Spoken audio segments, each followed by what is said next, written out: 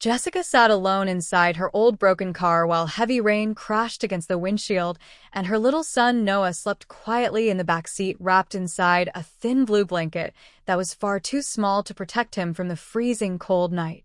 The parking lot outside the grocery store was almost empty except for a few flickering lights and shopping carts rolling slowly across the wet pavement, while Jessica stared silently at the steering wheel trying not to cry because she already cried too much lately, and tears no longer solved anything.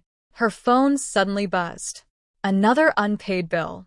Another warning. Another reminder that life had become cruel in ways she never imagined. 3 years earlier, Jessica believed her life was finally becoming stable. She had a small apartment, a decent husband, un newborn son, and dreams that still felt possible. But everything changed the night her husband Ryan walked out the front door carrying 2 suitcases and never came back. Jessica still remembered the sound of Noah crying in his crib while Ryan avoided eye contact and whispered words she would never forget. "I cannot do this anymore." Then he disappeared like the family they built together meant nothing at all. At first, Jessica begged him to stay. Not for herself, but for Noah.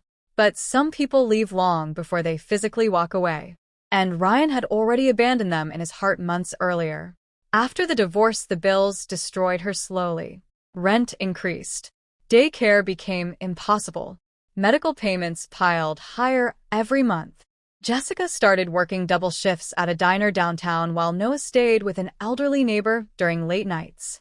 Every morning she returned home exhausted with swollen feet, aching hands, and tired eyes, but she still smiled for Noah because mothers learn how to hide pain better than anyone else. Still, people judged her constantly, especially the women living near her apartment complex. They whispered whenever Jessica walked by, wearing the same worn-out coat every winter. Some mocked her old car. Others laughed quietly about her cheap clothes and secondhand furniture. One afternoon, while Jessica struggled carrying groceries upstairs, a woman named Melissa smirked loudly to her friend. Maybe if she made better life choices, she would not be living like this. Jessica heard every word. But she kept walking because humiliation becomes familiar when survival is your full-time job. At the diner, customers often ignored her completely. Some treated her kindly. Most treated her like part of the furniture. One businessman once snapped his fingers at her without even looking up from his phone. Coffee refill. Jessica forced a smile and obeyed because dignity does not pay overdue electricity bills. Every night after work, she sat inside her car for a few minutes before driving home because it was the only quiet place left in her life. And during those lonely moments, she worked on something nobody knew about. An online business. Months earlier, Jessica had started designing handmade digital planners and productivity templates using an old laptop she found at a thrift store. At first, it earned almost nothing. $5, $10, sometimes nothing for weeks. But she continued learning every night after Noah fell asleep. While the rest of the city rested, Jessica studied marketing videos, business articles, and customer psychology until sunrise painted soft light across her tiny apartment walls. She was exhausted all the time. But deep inside her lived a dangerous thing: hope. And hope can keep broken people alive longer than anything else. One evening, Noah looked at her while eating instant noodles for dinner and asked a question that shattered her heart. "Mom, are we poor?" Jessica froze for a moment before smiling softly. "Why would you ask that, sweetheart?" Noah lowered his eyes. "Because other kids said poor people drive cars like ours." Jessica looked through the apartment window toward her rusted vehicle parked outside under a flickering streetlight. Then she gently held Noah close. "Listen to me," she whispered. "Money can disappear and come back again. But being kind, being honest, and never giving up makes someone truly rich." Noah smiled weakly even though he did not fully understand. But children remember the emotions inside words long after they forget the sentences themselves. Weeks passed and life became harder. Jessica lost one of her diner shifts after a younger waitress replaced her weekend schedule. Then her landlord warned her about overdue rent. The pressure became unbearable. One freezing night, the electricity inside the apartment shut off completely while Noah slept beside her under layers of blankets. Jessica quietly walked into the bathroom and cried silently into a towel so her son would not hear. For the first time in years, she almost gave up. But the next morning something unexpected happened. Jessica checked her online store before leaving for work and noticed thousands of notifications flooding her screen. One of her planner designs had suddenly gone viral after a famous business influencer mentioned it during a live stream. Orders exploded overnight. Messages arrived every second. Women across the country were purchasing her templates and sharing them online. Jessica stared at the screen, unable to breathe. Her hands shook violently as tears filled her eyes. After years of being invisible, something she created finally mattered. For the next several months, Jessica worked harder than ever. During the day, she served tables. During the night, she expanded her business. She created courses, journals, productivity kits, and digital coaching programs for women struggling to rebuild their lives. And slowly, money started changing everything. First, she paid off overdue rent. Then, she repaired the car. Then she moved Noah into a safer apartment with warm lighting and clean walls where he finally had his own bedroom.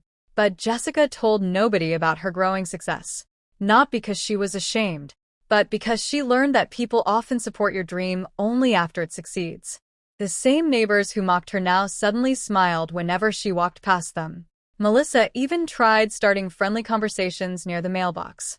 Jessica remained polite but distant because pain teaches people how to recognize fake kindness very quickly. One afternoon, Jessica attended Noah's school event wearing simple clothes and tired eyes after working all night. Several parents ignored her completely until a teacher approached, smiling nervously.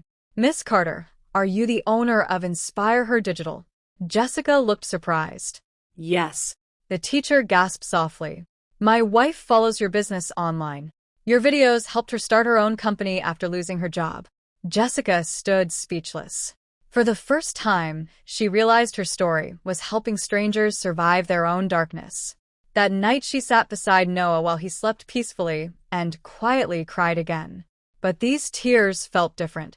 Not hopeless, not defeated, just overwhelmed. Because sometimes the strongest people break emotionally the moment life finally becomes gentle. A year later, Inspire Her Digital became one of the fastest growing online brands focused on women empowerment and productivity. Jessica hired employees, opened a beautiful office downtown, and launched mentorship programs for struggling single mothers. Magazines requested interviews. Podcasts invited her to speak. People online called her inspiring. But nobody knew how many nights she once slept hungry so Noah could eat first. Nobody knew how many times she almost lost faith in herself completely. Success hides suffering very well once the world starts applauding. One evening, Jessica received an unexpected phone call. Ryan, her ex-husband. Jessica stared silently at the screen before answering. His voice sounded nervous and unfamiliar. Hey, Jess. Long time. Jessica closed her eyes briefly. What do you want, Ryan? He laughed awkwardly. I heard about your company. You are doing amazing. Jessica said nothing. Ryan continued speaking quickly. Look, I know things ended badly between us, but maybe we should meet and talk. For Noah, you know. Jessica looked around her luxurious office with floor-to-ceiling windows overlooking the glowing city skyline. Then she remembered the night she begged Ryan not to abandon them while holding a crying baby in her arms. Some wounds never disappear completely. I think Noah already knows who stayed and who left, she replied quietly. Then she hung up. Outside the office, snow slowly covered the streets below, while Jessica stood silently watching strangers hurry through the cold night. Success felt strange sometimes. People who ignored you suddenly remembered your name. People who mocked you suddenly admired your discipline. People who abandoned you suddenly wanted another chance. But Jessica understood something important now. Real love does not appear after success. Real love stays during failure. Months later, Jessica purchased a beautiful house near a quiet lake surrounded by tall trees and peaceful silence, far away from the painful apartment complex where humiliation once followed her every day. One afternoon, while unpacking boxes, Noah ran through the large living room laughing loudly. Mom, this house is huge. Jessica smiled softly, while sunlight warmed her face through enormous windows. Noah suddenly looked at her seriously. "Are we rich now?" Jessica knelt beside him carefully. "We are blessed," she whispered. "But never forget where we came from. Because people who forget struggle become cruel very quickly." Noah nodded slowly. That same evening, Jessica sat alone on the back porch, watching golden light reflect across the lake, while memories flooded her mind. The old car, the unpaid bills, the freezing apartment, the whispers, the humiliation, the loneliness. And somehow, despite everything, she survived. Not because life became easier, but because she refused to stop moving forward even when nobody believed in her. A few weeks later, Jessica organized a charity event for struggling single mothers inside a luxury hotel ballroom downtown. Hundreds of women attended, hoping for encouragement, guidance, and financial support. Jessica walked onto the stage, wearing a simple, elegant black dress, while cameras flashed across the room. But instead of speaking about money, she told them the truth. "There were nights when I sat inside my car crying because I did not know how to feed my son. There were mornings when I wanted to disappear because the pressure felt unbearable.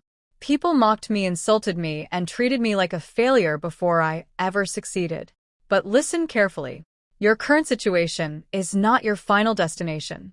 The room became silent as many women wiped tears from their faces. Jessica looked across the crowd and continued softly. "Do not wait for the world to believe in you first.